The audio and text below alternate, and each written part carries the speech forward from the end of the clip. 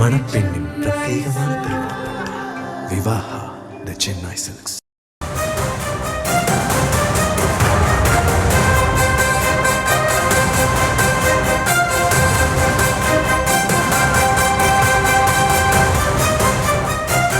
அண்மை செய்தி. அண்ணா அறிவாலயத்தில் திமுகவுடன் மனிதநேய மக்கள் கட்சி தொகுதி பங்கீடு பேச்சுவார்த்தையில் ஈடுபட்டிருக்கிறது.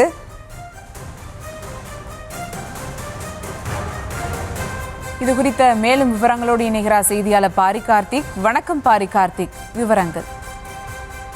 வணக்கம். திமுகவினுடைய தொடர்ச்சியாக கூட்டணி பேச்சுவார்த்தையாக நடைபெற்று வருகிறது. குறிப்பாக கடந்த முறை, அதாவது 2021 திமுகவுடன் கூட்டணி அமைத்த கட்சிகளுடன் தொடர்ச்சியாக தற்போது பேச்சுவார்த்தை நடைபெற்று வருகிறது. புதிய கட்சிகளுக்கு அழைப்பு என்ற அடிப்படையில் அந்த கட்சிகளுக்கு, அதாவது இன்றைய தினம் கமலுடைய கட்சிக்கு மட்டும் அழைப்பு விடுக்கப்பட்டிருக்கிறது. ஏற்கனவே 2017 முதல் தொடர்ச்சியாக திமுகவுடன் அங்கம் வகிக்கின்ற கட்சிகளுக்கு மட்டும்தான் முதற்கட்டமாக அழைப்பு விடப்பட்டிருக்கிறது. அதன் அடிப்படையிலே நேற்றைய தினம் IUML அந்த பேச்சுவார்த்தை முடிவிட்ட பிறகு இப்போது மனிதநேய மக்கள் கட்சி மற்றும் மதிமுக உள்ளிட்ட கட்சிகளுக்கு இன்றைய தினம் அழைப்பு விடுக்கப்பட்டிருக்கிறது. அதன் அடிப்படையிலே கடந்த 2021 2 தொகுதிகளை பெற்றார்கள். இந்த 2 தொகுதியிலும் உதயசூரன் அவர்கள் வெற்றி பெற்றார் என்று குறிப்பிடத்தக்கது. அதன் அடிப்படையிலே தற்போது இந்த பேச்சுவார்த்தையான முதற்கட்டமாக துவங்கியிருக்கிறது. முதற்கட்ட பேச்சுவார்த்தையின் போது ஏற்கனவே மனிதநேய மக்கள் கட்சியின் சார்பில் 5 தொகுதிகள் கேட்போம் என்று கூறியிருக்கிற நிலையில் அந்த 5 தொகுதிகள் விருப்பம் என்ற அடிப்படையில் விருப்ப தொகுதியாக கொடுப்பார்கள். அதில் 2ஐ தேர்வு செய்து திமுக தரும் என்று எதிர்பார்க்கப்படுகிறது.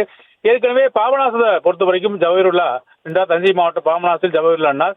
இந்த முறை அந்த தொகுதியில் அவர் நிற்கவில்லை. அதற்கான வாய்ப்பு அவர்கள், அதாவது அந்த தொகுதிக்கான விருப்பம் அவர் கொடுக்கவில்லை என்று சொல்லப்படுகிறது. அதன் அடிப்படையிலே தொடர்ச்சியாக இன்றைய தினம் நடக்கும் இந்த பேச்சுவார்த்தையின் போது முதற்கட்டமாக விருப்ப தொகுதியில் என்ற அடிப்படையில் அவர்கள் பேசிய பிறகு அதுக்கு அடுத்த கட்டமாக 2வது பேச்சுவார்த்தையின் போது தொகுதியுடைய எண்ணிக்கை முடிவு செய்யப்படும். 3வது பேச்சுவார்த்தையின் போது அந்த பேச்சுவார்த்தையை முடிவிட்டு எந்தெந்த தொகுதியில் என்பதை கணக்கிட்டு அந்த ஒப்பந்தம் முதலமைச்சர் தலைமையில் கையெழுத்தாகப்படும்.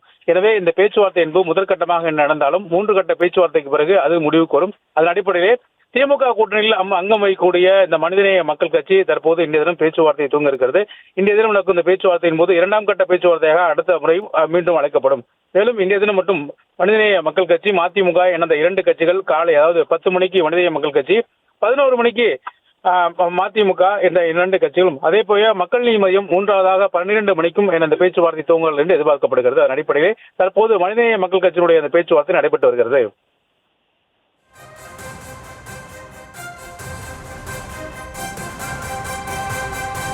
விவரங்களுக்கு நன்றி பாரி கார்த்திக்.